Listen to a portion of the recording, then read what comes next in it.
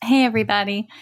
It's Michelle, and I am completely cup runneth over with joy because today I get to announce that Chasing the Swallow, Truth, Science, and Hope for Pediatric Feeding and Swallowing Disorders is 100% done and in publication, and you can check out your copy on Amazon.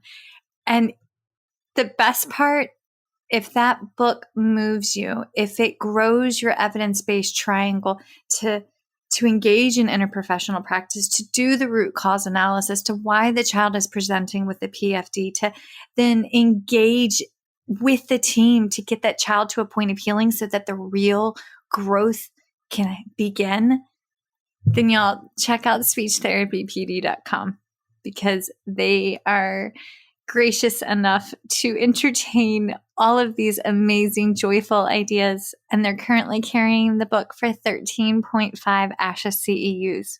So thank you for being a part of the First Bite journey that led to Chasing the Swallow. And be sure to check out speechtherapypd.com for the 13.5 ASHA CEUs that accompany it. Happy learning.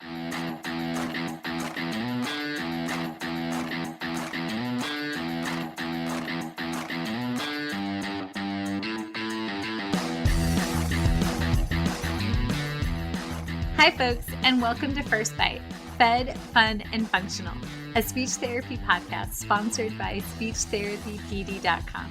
I am your host on this nerd venture, Michelle Dawson, MS, CCC-SLP, CLC, the All Things Peds SLP. I am a colleague in the trenches of home health early intervention right there with you. I run my own private practice, Heartwood Speech Therapy, here in Coletown, South Carolina, and I guest lecture nationwide on best practices for early intervention for the medically complex and fragile child. First Bite's mission is short and sweet, to bring light, hope, knowledge, and joy to the pediatric clinician, parent, or advocate. By way of a nerdy conversation, so there's plenty of laughter too. In this podcast, we cover everything from AAC to breastfeeding, ethics on how to run a private practice, pediatric dysphagia to clinical supervision, and all other topics in the world of pediatric speech pathology. Our goal is to bring evidence-based practice straight to you by interviewing subject matter experts. To break down the communication barriers so that we can access the knowledge of their fields. Or, as a close friend says, to build the bridge. By bringing other professionals and experts in our field together, we hope to spark advocacy, joy, and passion for continuing to grow and advance care for our little ones. Every fourth episode, I join in. I'm Erin Forward, MSP, CCC-SLP, the Yankee by way of Rochester, New York transplant who actually inspired this journey.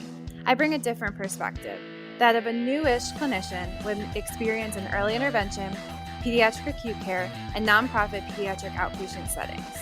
So sit back, relax, and watch out for all our squirrels and enjoy this geeky gig brought to you by speechtherapypd.com.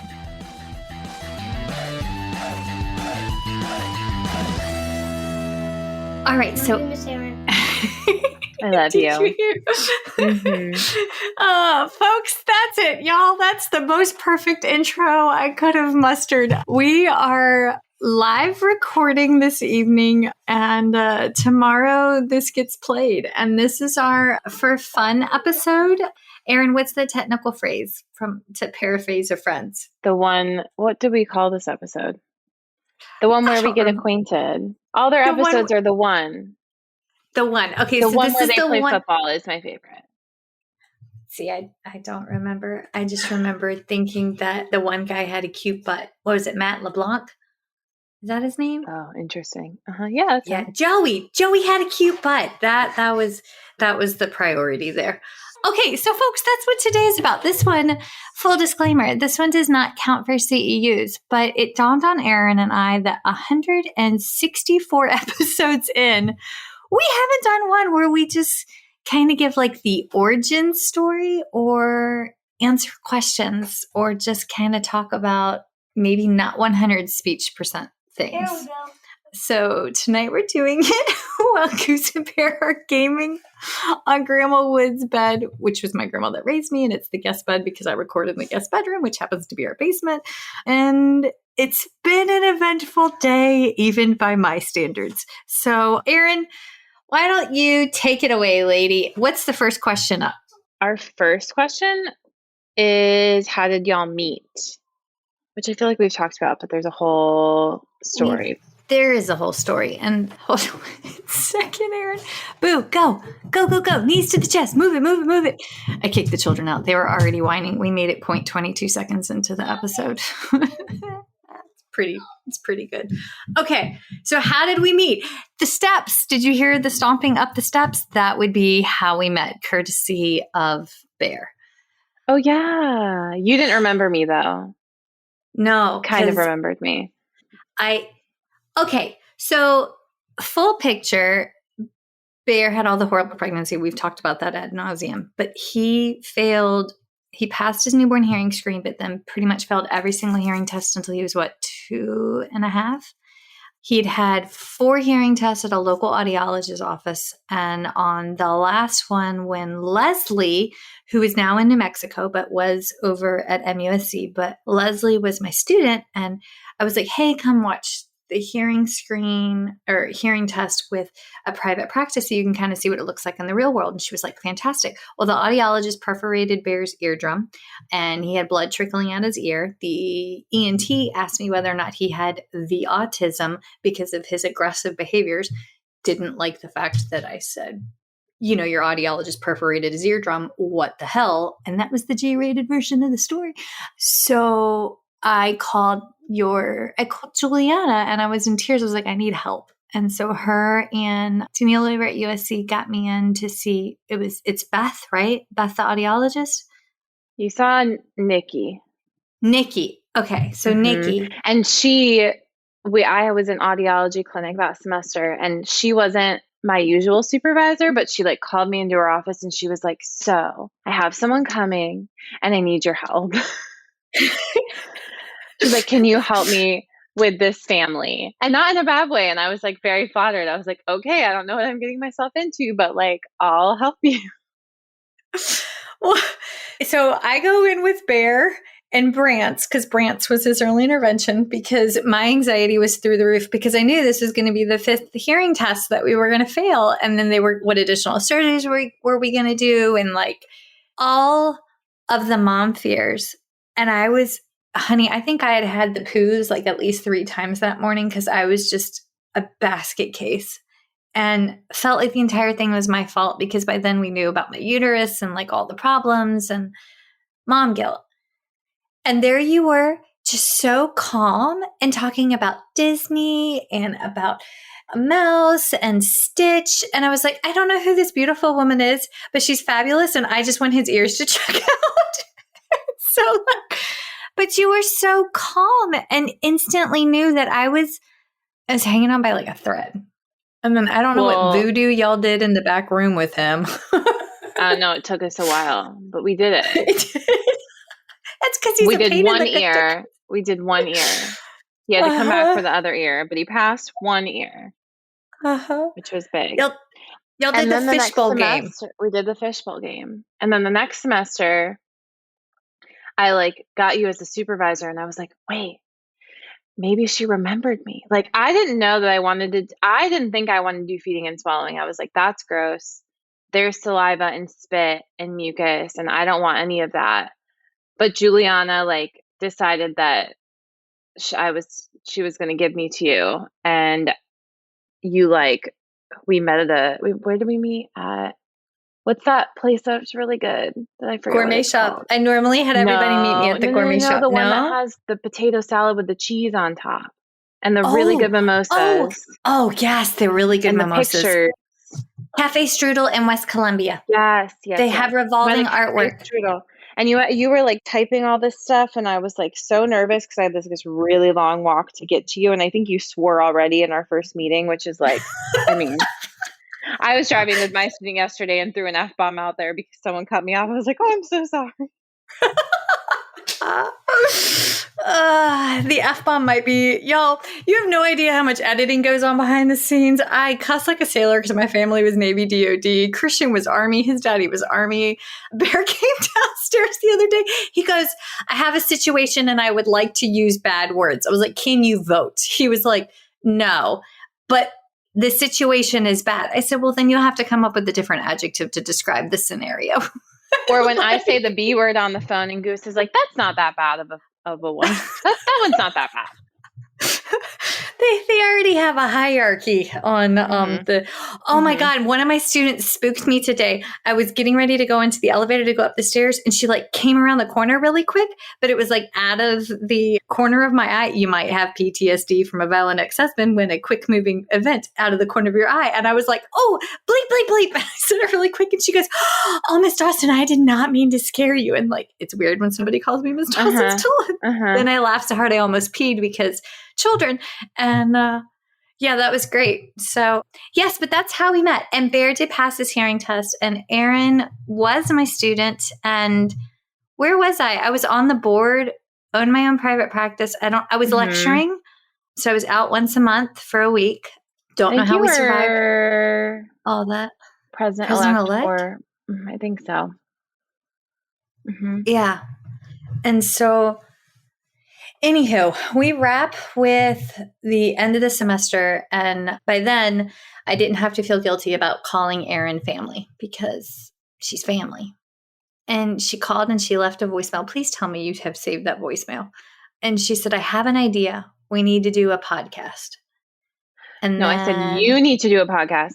No, I was driving to my practicum in Augusta, and I was listening to Swallow Your Pride, which is the goals. First, the first pot, it really set the stage for speech therapy podcast in general. And I was Teresa, we love you.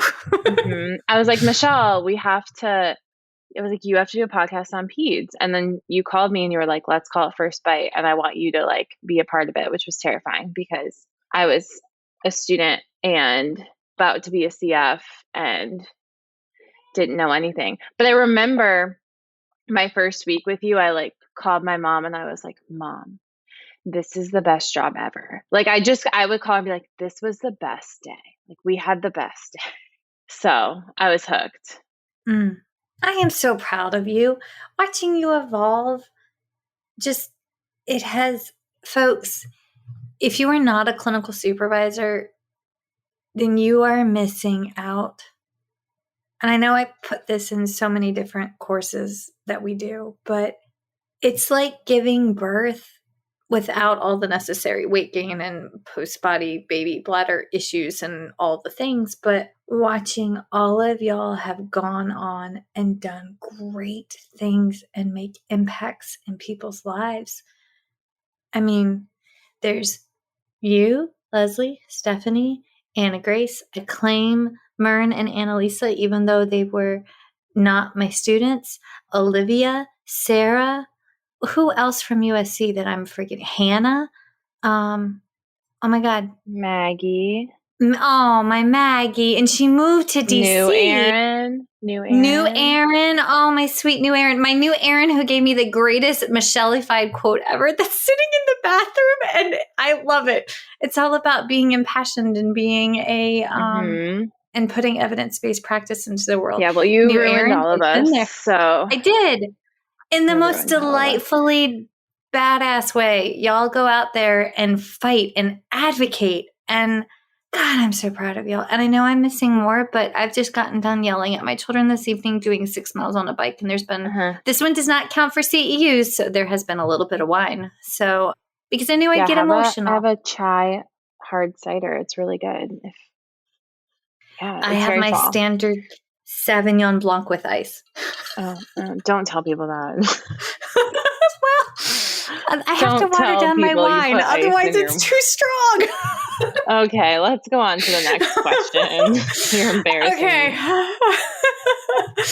How did you know that you wanted to be an SLP? I don't think we've ever answered this question.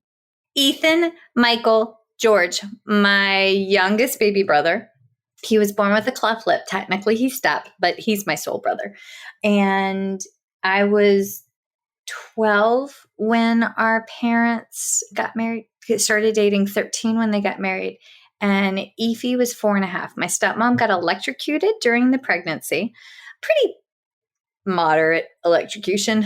She was changing out a light thingy on the wall. And he was born and had dysarthria.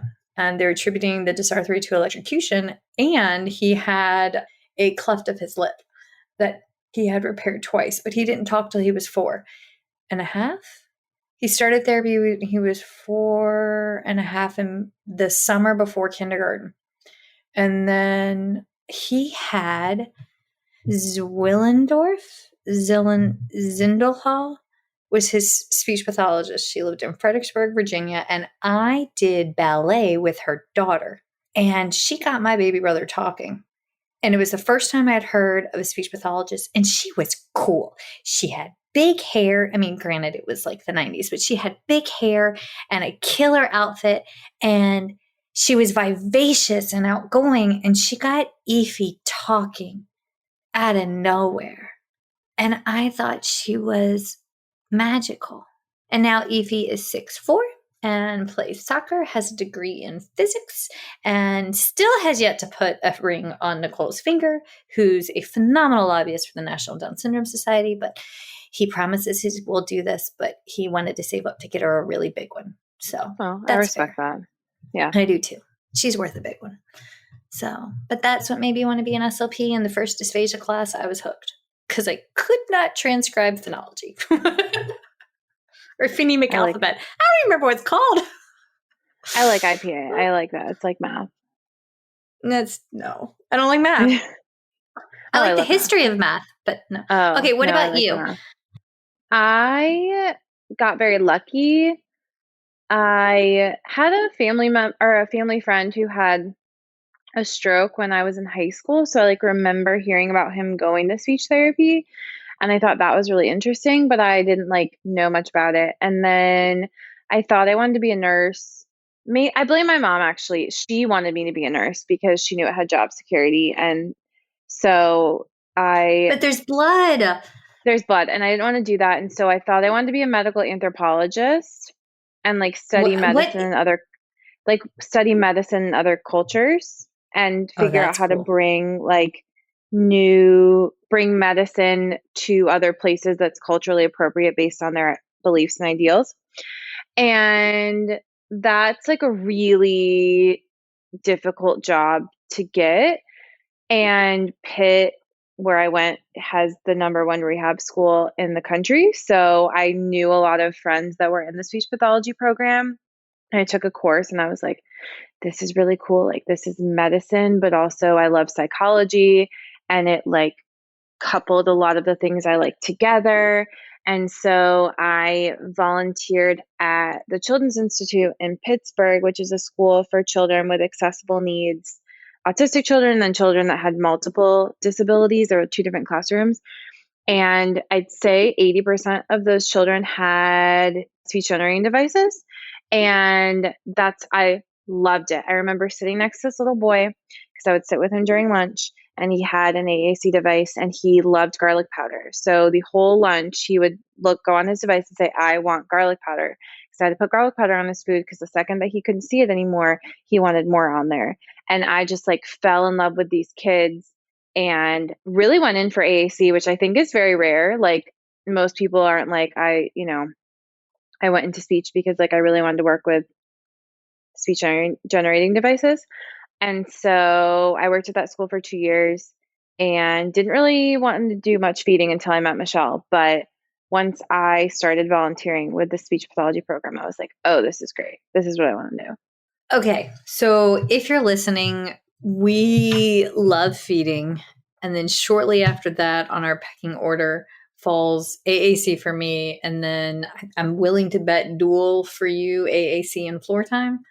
Because that's and yeah, but I feel all 3 of those get lumped. They're all very a trifecta. Yeah. People don't. Yeah. Yeah. I have recently very much fallen in love with autism and floor time, and because I always would say with AAC, I help people communicate. with feeding. I help kids eat. I help them have that relationship. And then like working recently, and with all of those things, I realized, but it took diving into floor time, and very much like the DIR model really focuses on individual differences and development and relationship. And I was like, we teach people how to connect. Like I teach children how to connect, and how to connect in a way that honors their individual differences and doesn't push them necessarily to be neurotypical. It's a neurodiverse affirming idea, but within the realm of how, I mean, we live in a neurotypical society. So, but it helps them connect in the way that they want to connect. And I really, really love that. But yeah, these things are very connected. If people want to stay in like a feeding, like I think you can stay in a feeding bubble, but I think that you're going to be missing out and not providing as much as maybe that like building that relationship is so important. And sometimes when you're too focused on feeding, you lose a little bit of that, and that can make it harder for them to have progress and build that relationship with you. Okay. So yesterday I had the opportunity to see, and I haven't had a chance just to like have a moment with this. But yesterday I had the opportunity to see the policy with DOE with South Carolina come to fruition. Angie Neal, the lead SLP with the Department of Education for South Carolina, her and I did a 4-hour in-service with one of the largest school districts in the state, all about the new policy that was implemented for PFD in the public schools. She talked about DOE regs, why treating, feeding, and swallowing in the public schools is appropriate and supported by IDEA regulations. Huge shout out to Emily Homer for paving the absolute foundation for this arena. And in it, I talked about, in my portion, I talked about CPT and ICD-10 codes, amongst like 400 other things. But one of them was how to ethically code and code. It was so cool because I specifically put in there that in your session, I find language and feeding just this perfect blend. And I gave them the example that Kristen West gave. Hey, Kristen, we love you. About how like when you go through the lunch line, like, and you have to order your food, you have to request your food. What if you have a child with an AAC device? Like that's your opportunity to embed functional communication, working on AAC. I mean, like even literacy you can embed in this, all while doing PFD. And like how to code for that. So I could see eyeballs in the video being like, but how? And it can be done. And the three of them go hand in hand. And you just have to make sure that your documentation supports like utilization of appropriate CPT codes, blah, technical details. But like, I thought of you the entire time I was talking about that slide because I was like, this is you. Yes. Okay. Give us another question, lady. Okay, we have, do you want to go like more serious into funny, or throw some like funnier questions in there? Give me a funny one and then we'll do a serious one. How about that? What's the grossest thing you've ever eaten? What's the grossest thing I've ever, it's freaking cheesy poof dipped in McDonald's sweet and sour sauce, and I had to make it look like it was the greatest food I've ever had. Yeah, I've had cheese puffs dipped in peanut butter. Oh, no. That was pretty gross. Wait, no, I once it's loogie. Oh, that's you went on that one. I can't beat you there. Yeah. No, well, I was doing therapy with one child, and the other child, you know when you go like a push into like a daycare and you're there for the one kid, but the other kid who's even more unique than the child that you're working with will find you like in the classroom. That was the situation. Yeah. And that child sneezed, hulked a loogie in the back of my throat while I was modeling something for the first child, and I couldn't get it out of my throat. Yeah. But that was not like a willing choice. Yeah. What are the things that people, I've never seen these at home, but it comes in a can and it's like pork. Vienna sausages. What is that? Like, why do people eat that? Why are you bringing these to assessment? That is, okay. So, on behalf of my people from the foothills of the Blue Ridge Mountains in Virginia, once upon a time, honey, that was high living. Vienna sausages with a, let me turn my It accent on. sounds fancy. Vienna is a fancy place. It is, but this was technically, I'm pretty sure they are the byproduct leftovers after hot dogs that are scraped off the floor. You know what I learned the other day? For people that are vegan, wine is not necessarily vegan, in case anyone was wondering. It's like the way that it's made. Sometimes they use animal byproduct to finish the process. I don't know what it means. I learned it on the Ologies podcast about cider. I love the If you haven't heard of the Ologies podcast, it's my favorite podcast. And they had to talk about all these random stuff. It's really good. But yeah, Vienna sausages, not great. I'm sure there's like a lot of other gross things that I've eaten. Mainly like sometimes you eat things that you're like, this was possibly near this kid's mouth. I don't really know. But like, unsure. But maybe. So yeah. Feeding therapy is much harder in COVID. I probably still do things that I'm like, you know what? It's worth it. I can tell you the grossest thing Goose has ever eaten. He sneezed into his mask one day at school. He came home, he goes, Mom, there was a situation at school today. And I was like, what happened, baby? He goes, I sneezed in my mask. And I was like, well, you have a backup mask. He goes, I couldn't get to it. I was like, well, what happened? He goes, the booger fell in my mouth. And before I could get it out, because I couldn't take my mask off, I just swallowed it. And I was like, oh. And you know how he is. And he was rules. He does. He was like, I can't take it off. There's rules. He was like, I wasn't allowed to take it off. And I just ate it. But am I going to be okay? And I was like, it's protein. That's protein. What I said. He was apprehensive, but yeah. Mm-hmm. Oh, if you weren't an SLP, what profession would you be in? My retirement plan. I will own a bed and breakfast. Poor Christian, he's screwed. I want a really bed and breakfast with like a really expansive garden overlooking like some body of water, like a smaller lake. I don't want like the ocean because I don't want to deal with hurricanes and like lakes all the way. But I want to marry people. And I think that would be so much fun. Yes. So could you get through it though? Could you get through the ceremony without crying? No, I would cry in every single ceremony. But I mean, so maybe Christian would have to say the words, but like I would feed the people and I would have the pretty gardens that they could get married in. And I have already designed some of it because this is our retirement plan, but I would like to, that would be my expedited process. Okay. I just think that would be so much fun. So much fun. Yeah. So much fun. Yes. All right. What about you? What would your alternative career be?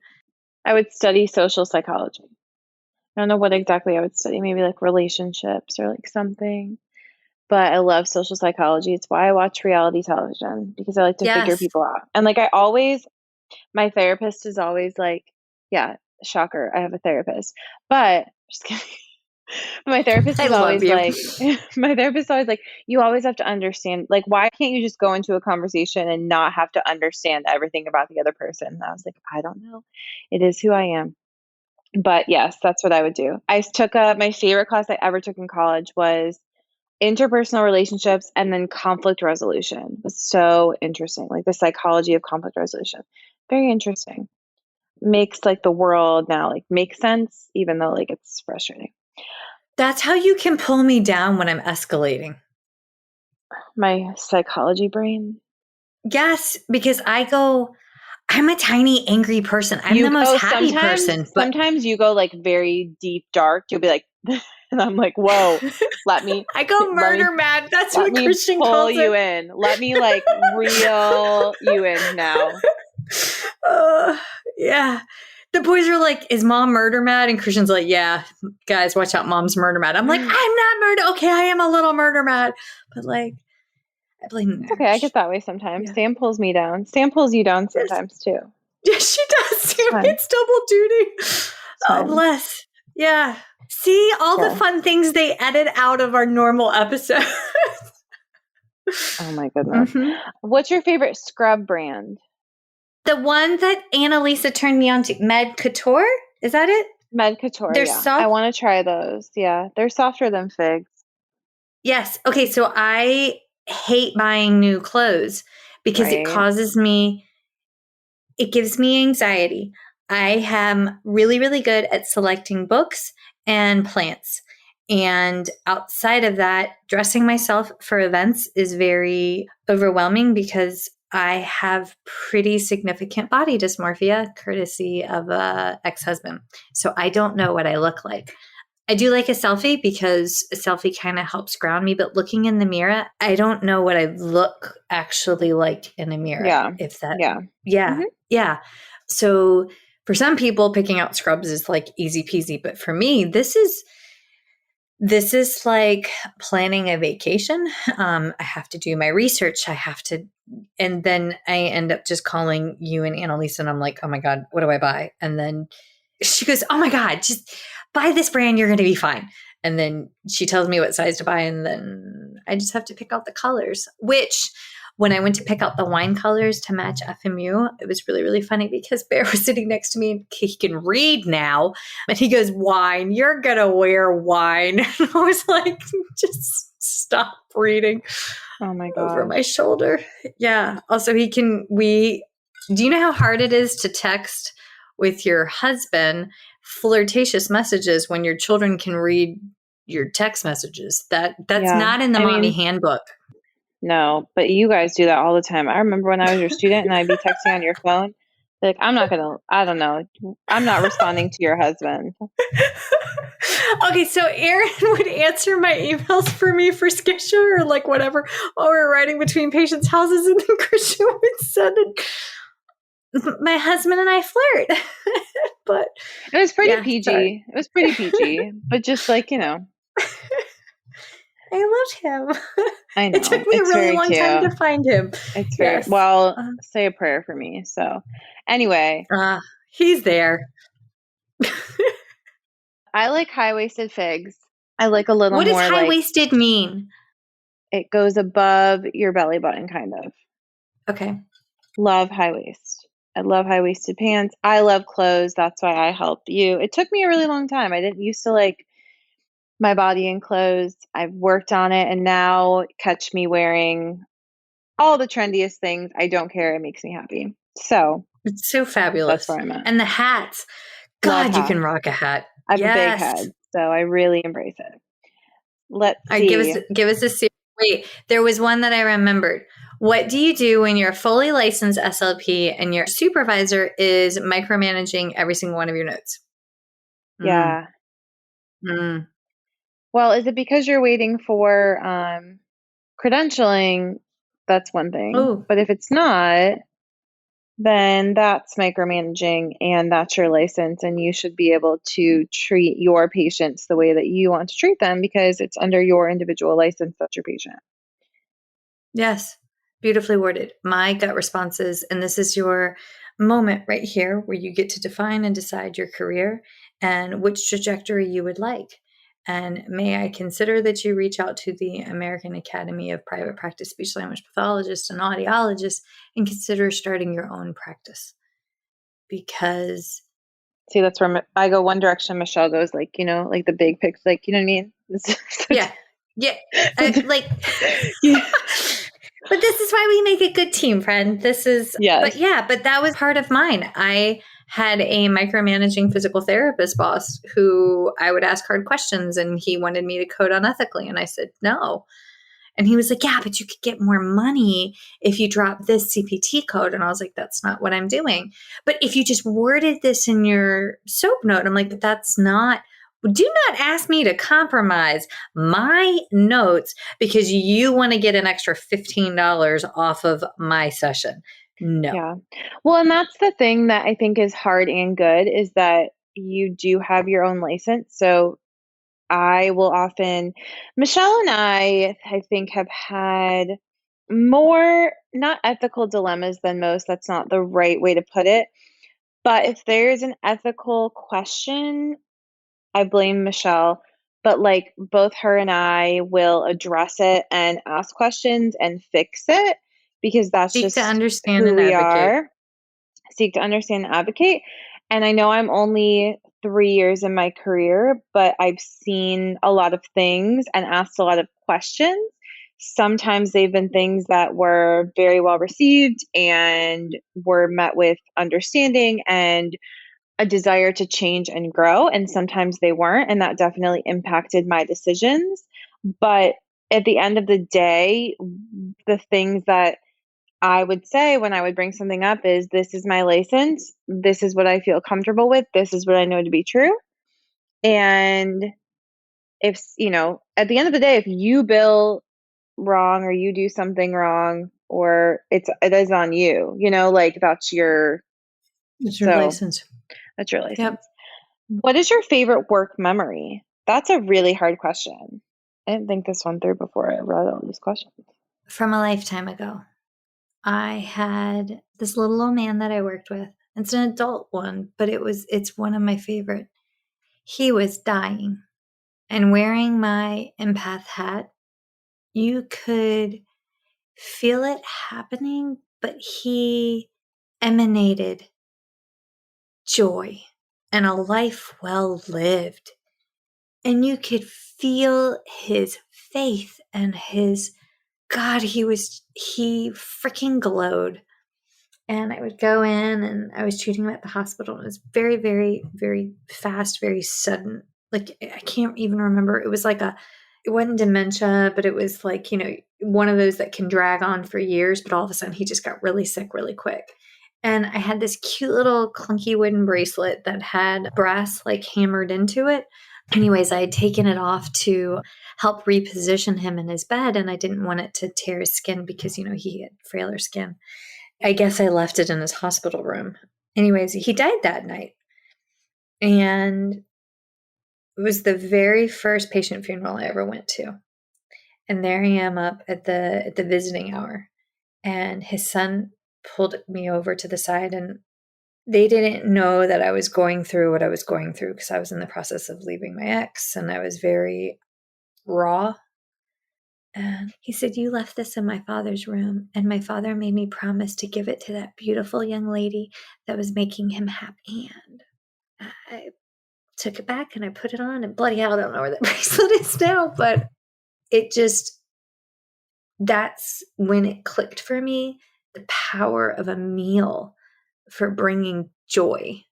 And every bite that a kid successfully manages, all of those, but just that little old man he was a tall drink of water laid up in that bed. Oh, also, there's this one older man who is like 99 and a retired professor from William and Mary, and he had a very mild stroke, but he let me drive his sports car because country hospitals, that all happened in the same week. This is the things that happen in country hospitals, but that's where I thought the power of a meal would bring joy. I really can't follow that one, Michelle. I'm sorry. I'm so sorry. I should have gone first. Okay, well then. No, I have two. Okay. I have two quick ones. If you guys listened to the episode that we did with Karen, my coworker, my favorite was we talked about the day that our patient came and decided that he wanted to be the Pixar lamp. And it took us a full session. But he came in and had this idea, and we worked so hard to create this idea that he had of becoming this character through language and through relationship, because he had this trust that I was going to help him figure this out.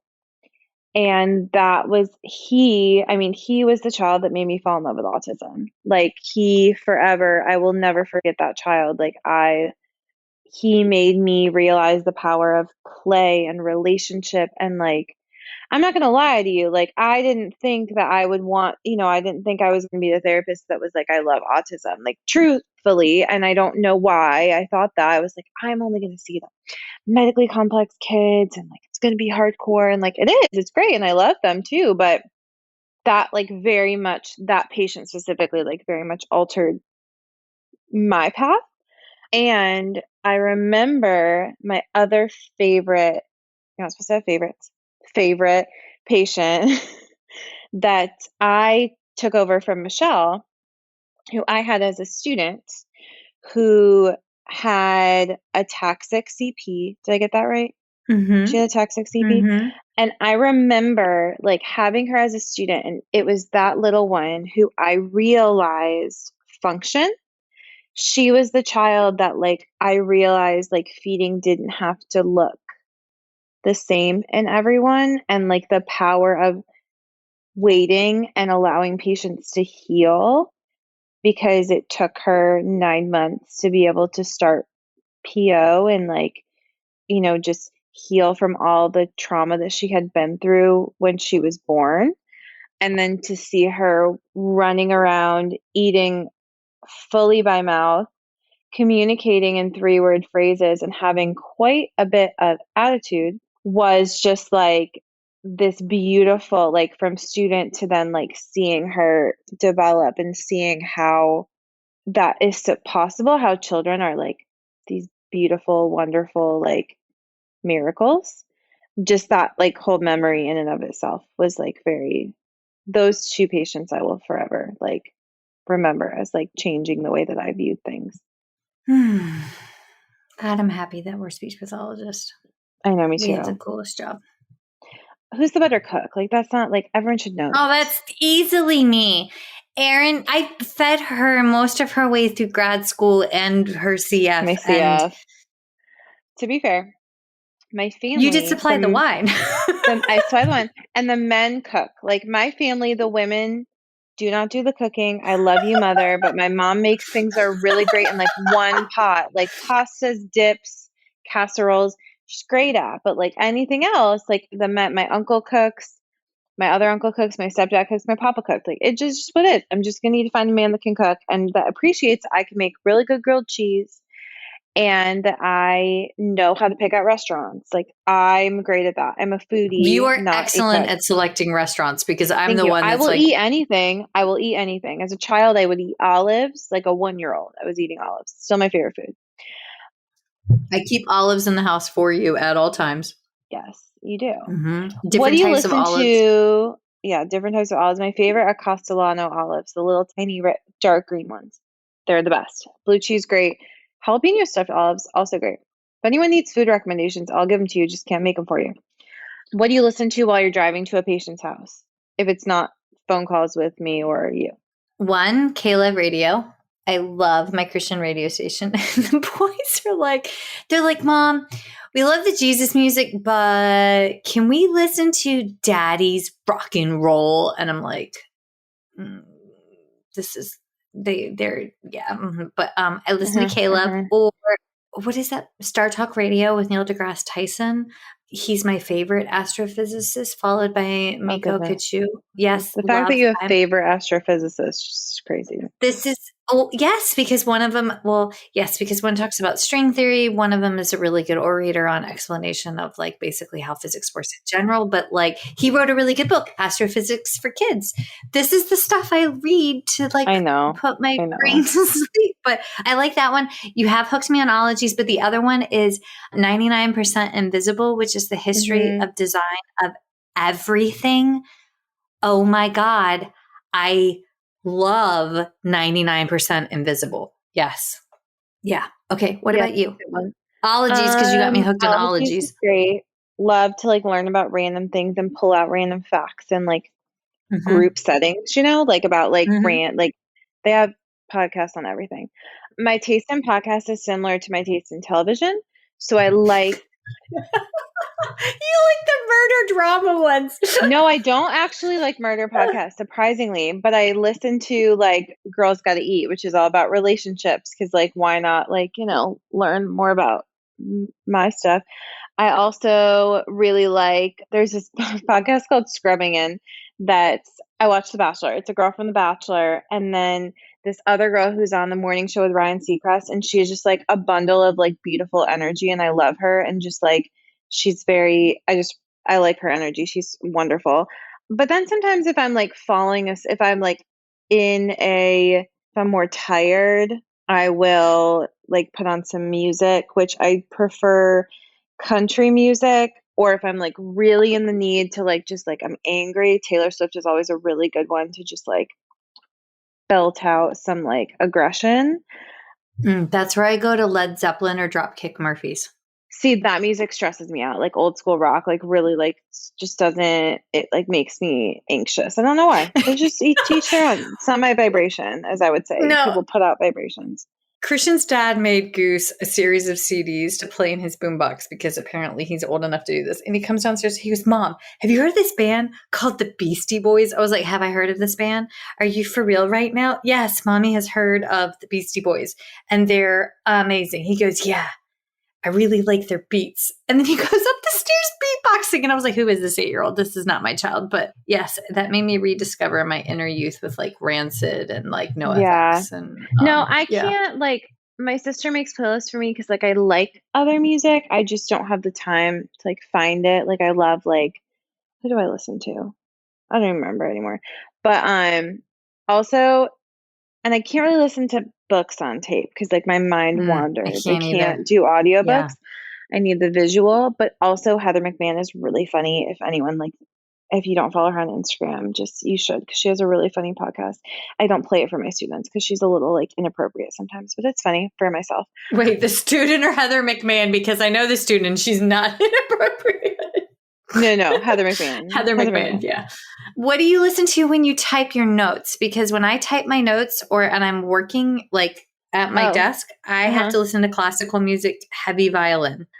Oh, I've gotten into instrumental country. What? Like country music, like right now, country music hit songs, but they do like instrumental. I can't do like, I can do podcasts sometimes if I'm typing. When I'm home, I put on Friends because I know everything so well. Cola, don't claw my chair. I know the episode so well, so it activates. I mean, it like shuts off part of my brain. Actually, I do the best typing notes when I sit out in the hallway of the clinic and just like have the noise of other kids and stuff walking around, but it's just like enough distraction, but not too much distraction. So that usually works really well for me. All right, 2 more because I promised the boys I would put them to bed. This one, I don't know if we're the best people to answer this. How do you keep a good home work-life balance? Are you freaking kidding me? I say 2 more because I have to put the kids to bed and then you give me that one? Okay, so I have gotten really, really good. I commute 4 days a week and it's an hour and 15 minutes to my university. And I love my university, which is why I commute. So I schedule my consultations because if you ever message me on Instagram, I've said, here's my cell phone number, call me this morning on the way to work or talk to me afterwards. But I've gotten much better at, and honest to goodness, it's taken a significant amount of prayer to get there. But I do work calls on the way to work and on the way home from work. And when I'm home, I try to do everything in my power to be present. And honestly, I like hide my cell phone from myself, which isn't really hard because like ADD, I forget where I put it down. But I give it to Christian and I'll say, here you go. And then I just like fall off the radar. But it makes me more present at home. And I've gotten better at scheduling the podcast for recording. Like I do it Sunday afternoon during nap time and Monday nights. And that's taken me time to get to that point where I can say, hey, I have these other things instead of, because I'm always forever the yes person, but that has made me more present. But we have a family prayer, and every night it's put us where you want us in all aspects of our lives. Give us insight and understanding to do the job that you have called for us to do, wisdom, strength, stamina, endurance, to do it as it needs to be fulfilled. And my 6-year-old and our 8-year-old have it memorized, but those words have profound impact for us. Mm-hmm. Yeah, I'm working on that. I used to be really good at balance. Like I used to be very, very good and feel like I had a very balanced life. And I would even get annoyed at people in grad school when all they could talk about was school and speech. I have since become that person. So this is a work in progress. COVID, I think, made it hard. I mean, I moved to Greenville in the middle of COVID. So the only people I really saw were my coworkers, who I love, but I didn't really have the ability to grow my circle elsewhere and like develop other interests because I didn't know anybody here. I was new to this area. So I'm working on it. My people are really, really important to me. You love deep. I love You love very deep, sometimes to a fault. So I do balance, like I do have a lot of people that like my people are everywhere. I have best friends and family across the country. I mean, across the world, honestly. Yes, because the boys are like, Miss Erin needs to come home. I'm like, Miss Erin's in Colorado visiting one of her ladies. And like, eventually, yeah, whatever. Yeah. But, so I have a pretty good balance of like people and I do spend a lot of time on the phone. So my goal this year has been to focus on me and what I need and boundaries and saying no. So I will get back to you on that question. The board, the energy board, the board that you made in January. My vision board, dream board. Vision board. Yes. Yep, my vision board. Yep. Jake Gyllenhaal's on there. So if anyone looks like Jake Gyllenhaal or, just kidding. Okay, our last question that was from Noelle, which I really, really love. She said, what do you think it is about you or your therapeutic presence that your clients really appreciate? And what about you works for them? Which I'm in a course that's very reflective and I'm very, very like big right now on therapeutic presence and sense of self because we don't talk about it in the speech pathology world. So I really love this question and I'm going to make you go first. All right, let me crunch my ice. It doesn't mean it works for everybody because we all know that like we've gotten fired before. We've talked about this. Michelle and I may have gotten fired twice from the same patient in the reverse order. So I am comfortable knowing that if you need me as your therapist, I may be the therapist that you need, but not necessarily the therapist that you want. Because if you need me, then you probably have all the things and all the balls have been dropped. Nobody knows where to go. And that's where I excel. If you give me a case that's been basically solved and all I have to do is treatment, I'm bored. I need the hunt. I need the thrill of the hunt. And I love the bond. And I love how I wear my empath hat and I turn that on. And I try to explain from the second I pull into the driveway, from the second they could possibly see eyes on me, I have to change my tempo, my rhythm, my rate to match what they need in that moment. It's like theatrics. It's like stage presence. Mm-hmm. I wouldn't say you I don't mean this because I don't want it to sound bad because this could sound bad. There's a better terminology. You don't force yourself on anyone, but you also don't take no for an answer. So you don't let them say no, you give them what they need, but there's no time or place for them to question it, if that makes sense. Yes, it does, because people will say, but I don't think you come in strong, but you're not, it's not too much. We're going to go here. Harsh. Yeah. No, yeah. It's you take the reins from these mamas and these caregivers that have been asking for answers, and you make them feel safe and confident that this is going to get done. Empowered. Mm-hmm.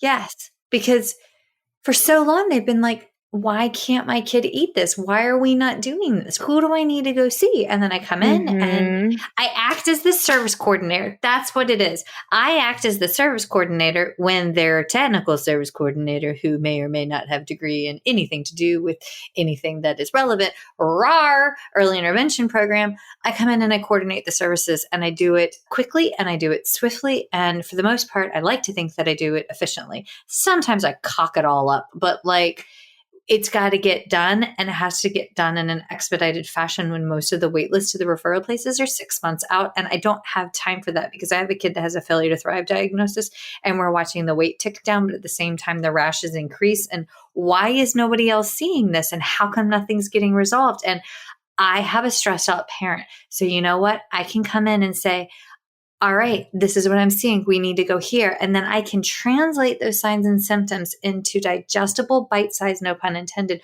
forms for the nurse, who then relays it over to the physician. And because I've done that for an extended period of time, Yeah. I have an established reputation where they're like, just, she's a lot when she comes in and wants to send you everywhere, but hang with her for the answers. And it's so cool because I must look like the Tasmanian devil when I roll in scrubs and beaded jewelry, because my boys make me necklaces and I'm going to wear them, because if a child makes you jewelry, you rock that.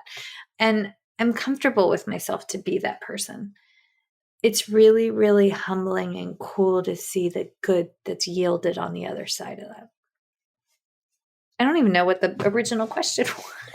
Your therapeutic presence, but you got there. It Yeah, took you a second, Tasmanian devil in jewelry. Yes. Yeah. No, not quite. No. I love you. Self-deprecating humor. Please tell Maria I said I'd stopped. Okay. All right. Your therapeutic presence. You are awesome to watch, but you answer that. You scared me. I was like, what are you going to say? No, it's like watching you with the families. You have the most perfectly timed pause. You ask a question and then you just wait. But yeah, it's cool. I think I'm someone that is I like to observe.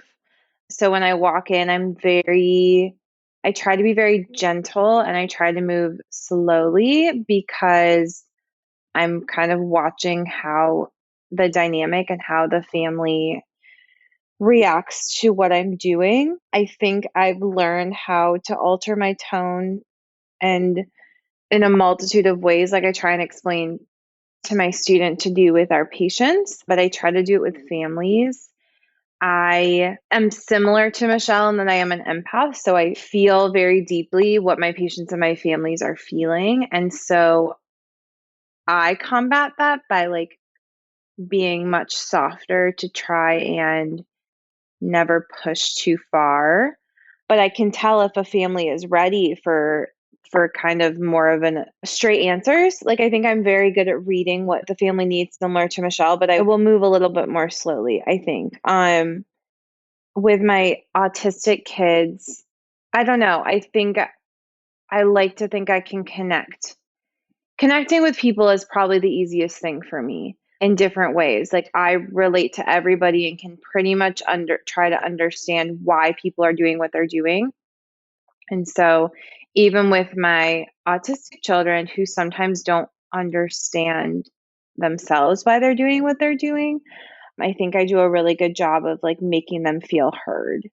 And so I can pull out the emotion, I can pull out the affect, and I can bring that in when they need it. But I do start out pretty soft and pretty gentle and let them feel warm. And I like to open up to my families too, because I think it makes them feel like they can open up to you. But I also acknowledge that I'm not a parent. And so I try to make sure that they understand that, I acknowledge that, I see that. I'm not trying to tell you how to parent, but I'm here, I'm on your team. This is what we're doing. I love it when you use Goose and Bear as examples. Oh yeah, they're the closest thing I have to kids. Yes. But your therapeutic presence, I remember when you were my student, I exited a car and I was coming around, I think we were at Lowe's, because whenever we had a patient cancel plants, right? So I'm going to go to Lowe's. And we were at Lowe's and you were like, Michelle, but did you see how it was the kiddo that we did? I treated the little sister and the brother. And you were like, but did you see how the mom was acting about X, Y, and Z? And I was like, no, I didn't. And you were like, yeah. And I remember looking at you and I was like, that psych undergrad is going to help you so much. And you were like, wow, thank you. But it's the relationship piece. You have an uncanny ability to grasp and comprehend how a relationship between the caregiver and the child, between the caregiver and their partner, between the caregiver and maybe their parents, or even with other team members, you can read the dynamics between the other interprofessional practice partners and know how to navigate that, which has, served you incredibly well, because your ability to network with and forging new IPP team members in different cities, it's phenomenal. You make me slow down, which is hard to do. So thank you. You make me better. I love you. Same. I love you. This was fun. We should do this like once every 6 months or once a year at least. That would be fun. Answer questions. Yes. Okay, answer questions. Y'all. So we'll do this again in 6 months. And y'all, thank you for hanging with us. I know we've missed a week or two, but honestly, this mama's had a very full plate between going to Mississippi and Goose being on COVID quarantine. Thank you, Jesus, he didn't have COVID. And then going to Alaska and then coming back. Also, huge shout out to Melissa and Brianne in Mississippi. Melissa, dear friend, thank you for being you. God, thank you for being you. And Mary in Alaska, Mary and Jennifer. But Mary, you just showed up and took care of me. Y'all, when I go lecture for a full day, I am emotionally strung out because I'm pouring my muchness. I view this as how I can tithe my time. And I literally pour everything I have into that 8-hour presentation. And I am so empty. It's like a vessel is just wrung dry. And every single time I hit that point, the good Lord always sends an angel to intervene. And I was kind of running low even when I went out these last 2 lecture tours, just because of work, home life balance, spelling tests are hard. We're still trying to do school in a pandemic. And then Melissa and Mary just showed up. Mm-hmm. Right time, right place. Mm-hmm. And I know you were worried because you were like, sleep. Michelle gets some sleep, but yeah, so thank you. Here's what we're missing. Come see Dr. Reva Barwelli and I talking about transitional foods on Friday at ASHA, and I believe it is Friday, November 19th. We should probably finish writing that lecture, but Friday, November 19th at 11 o'clock in the morning, we'll be talking about transitional foods. And then please be sure to come by and see Erin and I at the speechtherapypd.com booth and bring your copy of Chasing the Swallow so that Erin and I can sign that thing, because it would not have happened had it not been for a significant amount of Miss Erin and Miss Annalisa and Miss Sydney and Miss Myrn, but Erin helping doing a dramatic amount of efforts. So kudos to you. Thank you, lady. We did it. We did it. You did good, kid. So, all right. That's all we got. Have a lovely evening. Wait. Oh, please do a review. That's the last thing I was supposed to remember to say. Mm-hmm. Yes. Yep. Mm-hmm, mm-hmm, mm-hmm. We do love reviews of the podcast, and we do love reviews of the book, Chasing the Swallow, now available on Amazon. Dun, dun, dun. Along with literally everything else. You can buy a house on Amazon now. Did you know that? No, it's scary. Yeah. Kind of terrifying, but I am kind of curious. So, Mm-hmm. Mm-hmm. Mm-hmm. Okay. Everybody, thanks for tuning in. Thank you. Bye, y'all. Feeding Matters guides system-wide changes by uniting caregivers, professionals, and community partners under the Pediatric Feeding Disorder Alliance. So what is this alliance? The Alliance is an open access collaborative community focused on achieving strategic goals within 3 focus areas: education, advocacy, and research. So who is the Alliance? It's you. The Alliance is open to any person passionate about improving care for children with a pediatric feeding disorder. To date, 187 professionals, caregivers, and partners have joined the Alliance. You can join today by visiting the Feeding Matters website at www.feedingmatters.org. Click on PFD Alliance tab and sign up today. Change is possible when we work together. That's a wrap, folks. Once again, thank you for listening to First Bite, fed, fun, and functional. I'm your humble but yet sassy host, Michelle Dawson, the All Things Peds SLP. This podcast is part of a course offered for continuing education through speechtherapypd.com. Please check out the website if you'd like to learn more about CEU opportunities for this episode, as well as the ones that are archived. And as always, remember, feed your mind, feed your soul, be kind, and feed those babies.